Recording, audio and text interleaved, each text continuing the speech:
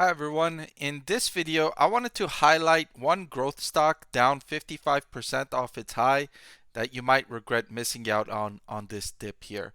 But before I reveal what the name of the company is, let me share with you its revenue, its cash flow, its profit margin, and its valuation briefly, and then I'll reveal what the name of the company is. Now, I know you can scroll ahead and just find out what the name is, but I would ask you not to do that because the information is critical to your decision making and investment. It's just not just the name of the company, it's why the company is a buy. So let's get right into it. So, starting with revenue growth, what I have here is a chart of the company's trailing 12-month revenue growth, and you can see phenomenal growth here from around $1 billion in 2014 all the way up to 3.3 billion most recently, even after a big drawdown here. Another thing you'll notice is the company was a prime beneficiary of the pandemic.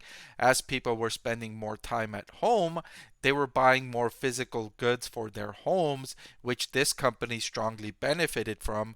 But now that people are going out more often, this company is temporarily seeing this headwind bring its revenue down. But I fully expect that following a normalization of consumer behavior, which may not happen until 2024, admittedly, this company should very likely return back to long run growth trends. Another reason why I really like this growth stock is because during those phases of growth, the company was expanding its cash flow from operations to sales. That's the metric I have here. Look at from 2014 up until mid 2020, late 2021, you could see cash flow from operations to sales jumping from 3% all the way to 20%. So it's demonstrated economies of scale. Now, as economies reopen and the company has slowed down its revenue growth and has to discount inventory and things like that, its cash flow from operations to sales has dipped a little bit. But for the same reason I expect its revenue to reaccelerate, I expect its cash flow from operations to also reaccelerate when consumer behavior normalizes, which is more of an if, which is more of a when rather than if. It may not be for the rest of this year, but starting 2024, I suspect consumer behavior will normalize. And what I mean by normalize is a historical balance between services and goods. Finally, its operating profit margin is absolutely excellent, especially when you look at the trend line, again, going from negative 10% operating profit margin in 2014 all the way above 20% at the peak, and it's come back down only slightly to 18.27%. So the company has demonstrated excellent revenue growth, excellent cash flow from operation expansion, and excellent operating profit margin expansion. So the fundamental performance of the business is excellent. Although what you also notice is a short-term headwind because people now are spending more money away from home than they are for the home, right? And when we were locked down, we bought more goods than we usually do. And so that kind of brought forward some of the sales, right? So some of the sales that may have happened for this company in 2023 and 2022, it got in 2020 and 2021.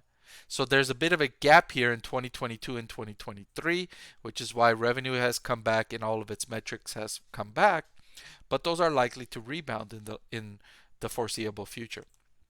Finally, the valuation is not prohibitively expensive.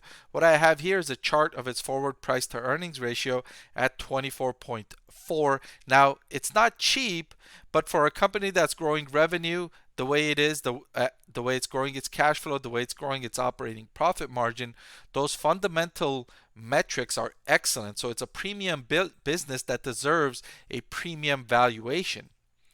And so for that reason, getting to buy it at a reasonable valuation of 24 is a relative bargain because usually you would be paying a higher price for this stock under normal conditions if it wasn't experiencing these short-term headwinds.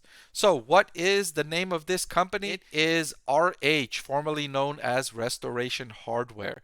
The company benefited as people bought more furniture when they were stuck at home, and now that I mentioned people are going out, spending money, traveling, going to restaurants, it's experiencing a bit of a dip. Although longer term, People are going to go back to buying furniture.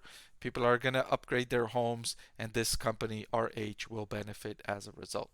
But that's all I've got for this video. Thank you so much for watching. I want to thank the Motley Fool for sponsoring this video. Visit fool.com/Parkev for the 10 best stocks to buy now.